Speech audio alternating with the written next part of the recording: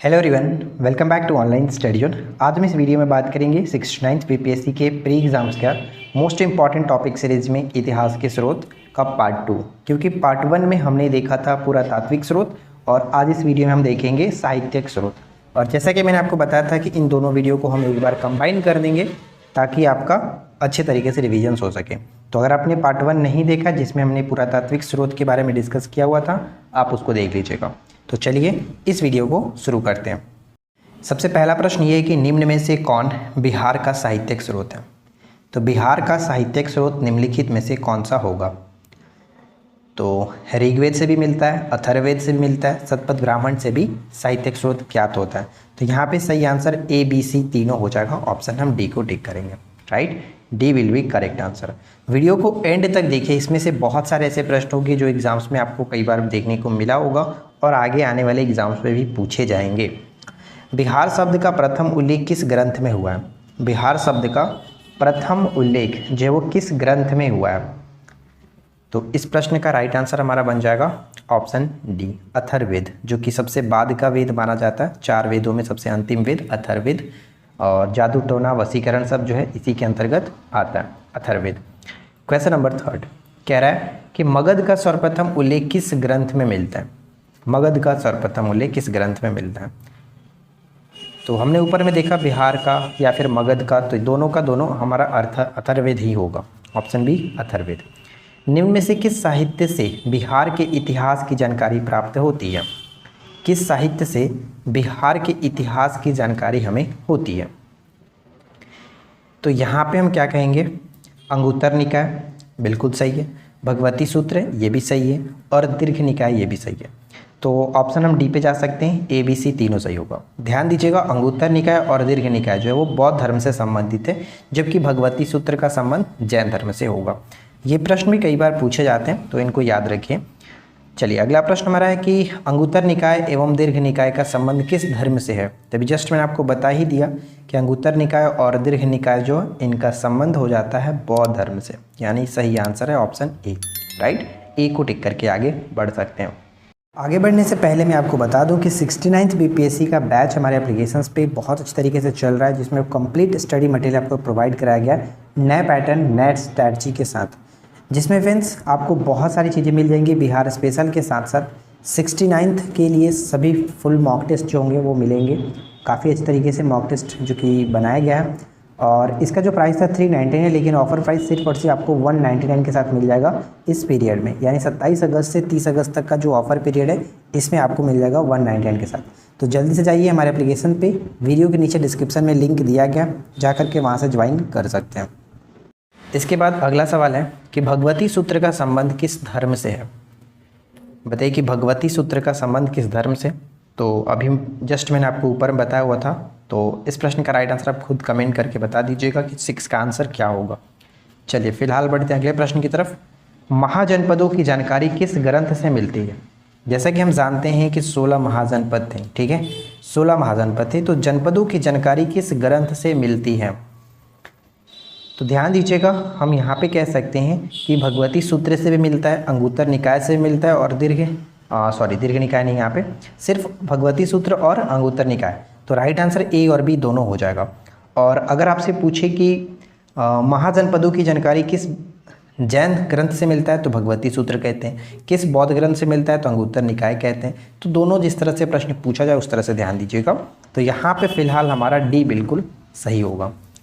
चलिए अगला प्रश्न है कि बिहार में कुल कितने महाजनपद थे।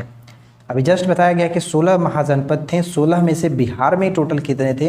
तो बिहार में कुल 3 जनपद थे, 3 जनपद, अंग, मगध और वज्जी, अंग, मगध और वज्जी। जो कि यहाँ पे अगला प्रश्न सिर्फ और सिर्फ उसी से रिलेटेड है कि निम्न में से कौन बिहार स्थित महाजनपद नहीं है, यानी कौन सा जनपद जो है वो बिहार में स्थित नहीं था। तो अभी जस्ट बात की हमने, अंग, मगध और वज्जी ये तीनों के तीनों बिहार में स्थित था, लेकिन वत्स नहीं। तो यहाँ पे हम डी को टिक करेंगे। अच्छा, एक प्रश्न हम यहाँ से बात करते हैं महाजनपद से रिलेटेड। 16 महाजनपदों में एकमात्र ऐसा जनपद था जो कि गोदावरी के नदी के किनारे था, दक्षिण भारत में स्थित था, जिसका नाम क्या है आप उसे कमेंट करके बताएंगे। ठीक है, आप उसे कमेंट करके बताइए। चलिए इसके बाद अगला प्रश्न है कि तबकाते नासिरी के लेखक कौन है। अब यहाँ से जो प्रश्न आपको देखने को मिलेगा वो बहुत ज़्यादा महत्वपूर्ण है, अच्छे से याद रखिएगा। तबकाते नासिरी के लेखक कौन है, तो ध्यान देना है तबकाते नासिरी जो है वो मिनहाज उस सिराज बिल्कुल सही आंसर होगा, मिनहाज उस Siraj right answer option A. इसके बाद अगला सवाल हमारा आता है कि निम्न में से कौन सी पुस्तक अब्बास खां सरवानी के द्वारा लिखित है। अब्बास खां सरवानी के द्वारा लिखित है, तो यहाँ पे ध्यान देना है, सही आंसर हो जाएगा ऑप्शन सी तारीख़ शेरशाही। तारीख़ शेरशाही को किसने लिखा है, अब्बास खां सरवानी। और अगर हम यहाँ पे दो पुस्तक और देखें, जैसे पदशाहनामा, ये प्रश्न भी बहुत बार पूछा जाता है। पदशाहनामा जो है अब्दुल हामिद लाहौरी, ये ध्यान रखिएगा अब्दुल हामिद लाहौरी। और अगर तारीख़ फ़िरोज़ शाही की बात करें तो ज़ियाउद्दीन बर्नी, ये दोनों मोस्ट इंपॉर्टेंट है, तो याद रखना है। यहाँ से 3 प्रश्न हमेशा पूछे जाते रहते हैं। चलिए अगला प्रश्न है कि निम्न में से कौन सी पुस्तक भारत में लिखित फारसी की प्रथम रचना है। फारसी भाषा में प्रथम रचना थी भारत में कौन सी पुस्तक,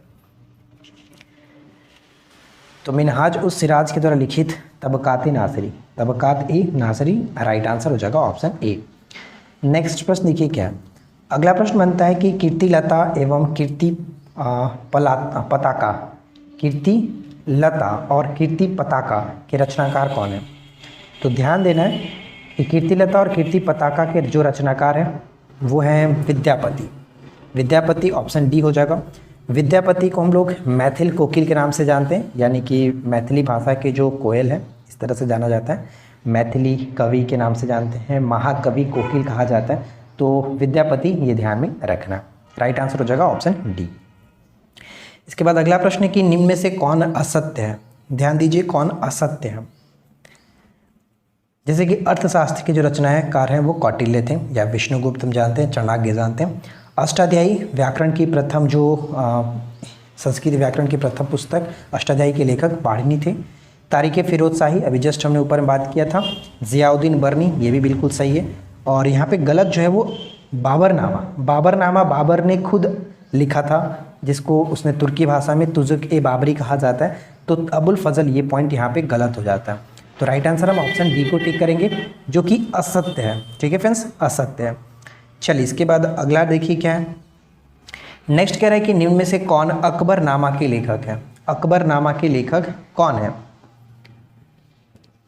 अकबरनामा के लेखक हो जाएंगे यहाँ पे सही आंसर अबुल फजल। ठीक है, अकबरनामा के लेखक Abul Fazl, option C will be correct answer. Next point बनता है कि निम्न में से किसकी रचना इंडिका है।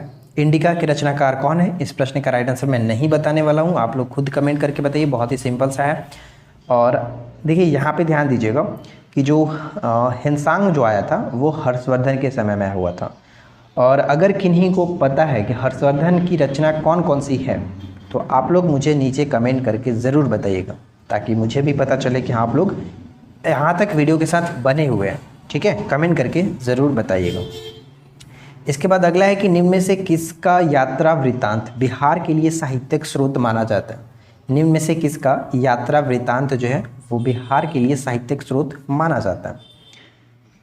तो यहाँ पे हम कह सकते हैं हिंसांग का, फाहियान का, इत्सिंग का, इन तीनों का यात्रा वृत्तांत बिहार के लिए साहित्यिक स्रोत ही है।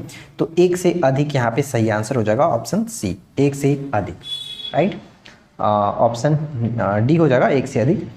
अगला है कि निम्न में से किसने मुगल काल में बिहार की यात्रा की थी। मुगल काल में बिहार की यात्रा किसने की थी।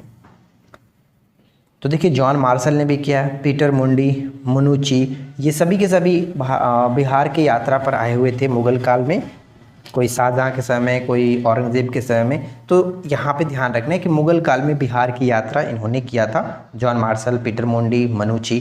तो एक से अधिक बिल्कुल सही आंसर होगा, ऑप्शन डी पे जाएंगे, एक से अधिक।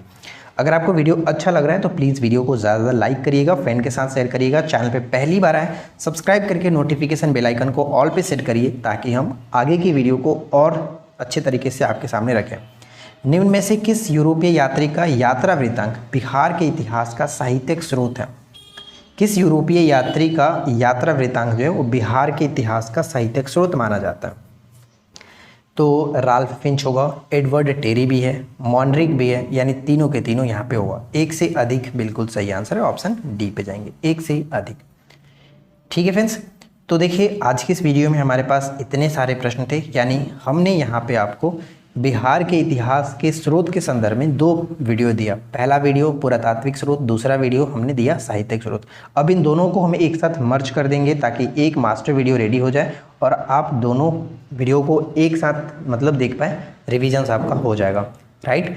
तो चलिए मिलते हैं इसके नेक्स्ट टॉपिक के साथ, ताकि हम कोशिश करेंगे कि बिहार के जो भी इंपॉर्टेंट टॉपिक है जहाँ से प्रश्न पूछे जाने की चांसेस है वो आपको कवर करना चाहिए। तो इसके लिए आपको साथ देना पड़ेगा, सपोर्ट करना पड़ेगा, ज़्यादा से ज़्यादा वीडियो को लाइक करना है, फ्रेंड के साथ शेयर करिए, ग्रुप्स में शेयर करिए, बाकी हम है ही। ठीक है फ्रेंड्स, उम्मीद है वीडियो आपके लिए हेल्पफुल रही होगी। तो हम मिलते हैं आपके साथ इसी प्रकार के नेक्स्ट वीडियो में किसी नए टॉपिक के साथ। Thanks for watching, keep learning, have a good day.